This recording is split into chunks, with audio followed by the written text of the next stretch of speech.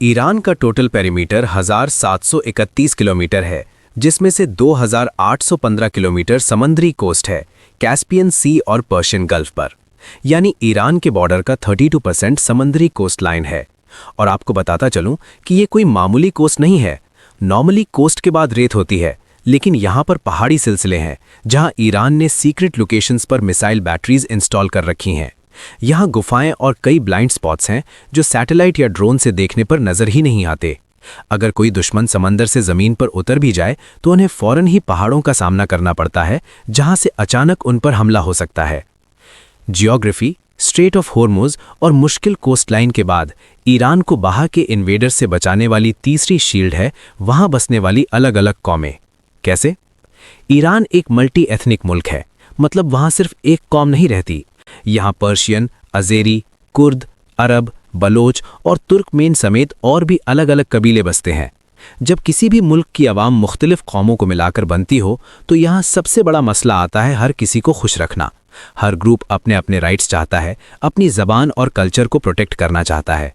यहाँ पहाड़ी इलाकों पर मुख्तलिफ कबीले अपनी अपनी ज़बान और कल्चर के साथ रहते हैं और हर किसी के आपस में कई 100 साल पुराने इख्तिलाफात हैं। बेशक ईरान ने सबको शिया मुस्लिम्स की अम्ब्रेला के नीचे एक करके रखा है, लेकिन फिर भी अक्सर यहाँ प्रोटेस्ट देखे जाते हैं। रिसेंटली दिसंबर में शुरू होने वाले प्रोटेस्ट आज की डेट तक चल रहे हैं, जिसमें अभी तक 7000 से ज़्यादा लोग मर चुके हैं। ये 1979 के इस्लामिक रेवोल्यूशन के बाद सबसे बड़ा प्रोटेस्ट है। इन सब को कंट्रोल करना और एक ही अम्ब्रेला के नीचे लाना ईरान के लिए हमेशा एक मुश्किल काम रहा है। कभी एक ग्रुप नाराज तो कभी दूसरा। ये मल्टी एथनिसिटी जहां ईरान के लिए एक प्रॉब्लम है, वहीं बाहर से आने वाले किसी इन्वेडर के लिए उससे भी बड़ा मसला है। जो भी ईरान पर कब्जा करने का सोचेगा, पहले तो उसे जियोग्राफी से लड़ना होगा और फिर अंदर के लोगों को एक साथ लेकर चलना होगा, जो कि एक नामुमकिन काम लगता है। यही वजह है कि ब्रिटिश कॉलोनियल दौर में जहां सब कॉन्टिनेंट पर ब्रिटिशर्स का राज था, ईरान को कभी कोई अपनी कॉलोनी नहीं बना पाया। इस बात का अंदाजा यूएस इजराइल को भी अच्छी तरह से है। तभी प्रेसिडेंट ट्रंप बार बार रिपीट कर रहे हैं कि ईरान के लोगों को चाहिए कि वो इस्लामिक रेजीम का तख्त उलट दें, क्योंकि उन्हें भी मालूम है कि ईरान को बगैर लोगों की ताकत के हराना करीब नामुमकिन है। 1941 में ब्रिटिश और रशियन ने यहाँ कब्जा किया, वो भी ईरान के शाह के बेटे की मदद से, और मकसद था कि वर्ल्ड वॉर 2 में नाजी फोर्सेस ईरान को अपनी बेस न बना लें। उस दौरान भी ईरान के मुख्तलिफ ग्रुप्स गवर्नमेंट के खिलाफ हो गए और एक सिविल वॉर जैसी सूरत हाल पैदा हो गई।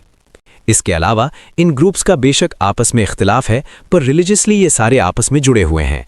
ईरान की 95% पॉपुलेशन शिया मुस्लिम्स है। इतिहास में देखा जाए तो जब भी ईरान पर बाहर से हमला हुआ है तो इस मौके पर ये सारे एक हो जाते हैं। सितंबर 1980 में जब ईरानियन रेवोल्यूशन ताज़ा आया था तो सद्दाम हुसैन ने सोचा कि अभी ईरान की आर्मी बिल्कुल बिखरी हुई होगी और सिस्टम काफ़ी कमज़ोर होगा। ये सोचते हुए इराक ने ईरान पर कब्जा करने की नीयत से हमला कर दिया। पर जिस जंग को सद्दाम हुसैन ने हल्का लिया था वो अगले 8 सालों तक चलती रही। शुरुआत में इराकी आर्मी काफ़ी अंदर तक घुस चुकी थी, लेकिन 2 सालों में ही ईरान ने अपनी ज़मीन वापस ले ली। इस जंग में सिर्फ ईरान की मिलिट्री ही नहीं बल्कि आम लोगों ने भी जंग में हिस्सा लिया और सारे एक अम्ब्रेला के नीचे आकर जान देने लगे। सद्दाम हुसैन को उम्मीद थी कि ईरान के अरब इराकी साइड में शामिल हो जाएंगे। कुर्द हंगामा आराई करेंगे, जिससे ईरान अंदर से टूट जाएगा। पर सद्दाम हुसैन की सारी उम्मीदों पर पानी फिर गया। वो ग्रुप्स जिनके आपस में इख्तिलाफात थे, जंग के दौरान सारे शिया मुस्लिम्स की छतरी के नीचे एक हो गए, जिससे ईरानी नेशनलिज्म मजीद मजबूत हो गया।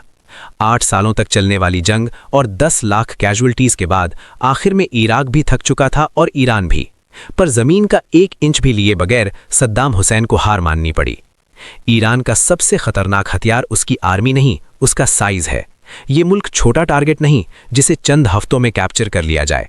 ये 16 लाख स्क्वायर किलोमीटर पर फैली हुई एक स्ट्रेटेजिक भूल भुलैया है। यानी इसमें 2 पाकिस्तान जैसे मुल्क फिट आ सकते हैं। अगर कोई फौज बाहर पार भी कर ले तो उसे फौरन जीत मिलना नामुमकिन है। उन्हें सदियों पुराने पहाड़ी रास्तों, रेगिस्तानी प्लेटो और गहराई में मौजूद शहरों तक पहुंचना होता है। इसे कहते हैं स्ट्रेटेजिक डेप्थ कॉन्सेप्ट। मतलब दुश्मन जितना अंदर घुसता जाता है उतना ही ज्यादा उसकी सप्लाई लाइंस लंबी होती जाती हैं। फ्यूल और लॉजिस्टिक्स का प्रेशर बढ़ता जाता है और रुकावटों को और ज्यादा वक्त मिलता रहता है। इसके अलावा तेहरान, इस्फहान या मशहद जैसे शहर बॉर्डर पर नहीं बल्कि अंदर की तरफ महफूज हैं, जहां तक पहुंचते पहुंचते दुश्मन थक चुका होता है। यानी ये कहना गलत नहीं होगा कि ईरान की ज़मीन खुद एक खामोश मुहाफिज की तरह है जो वक्त को अपना सबसे बड़ा हथियार बना लेती है।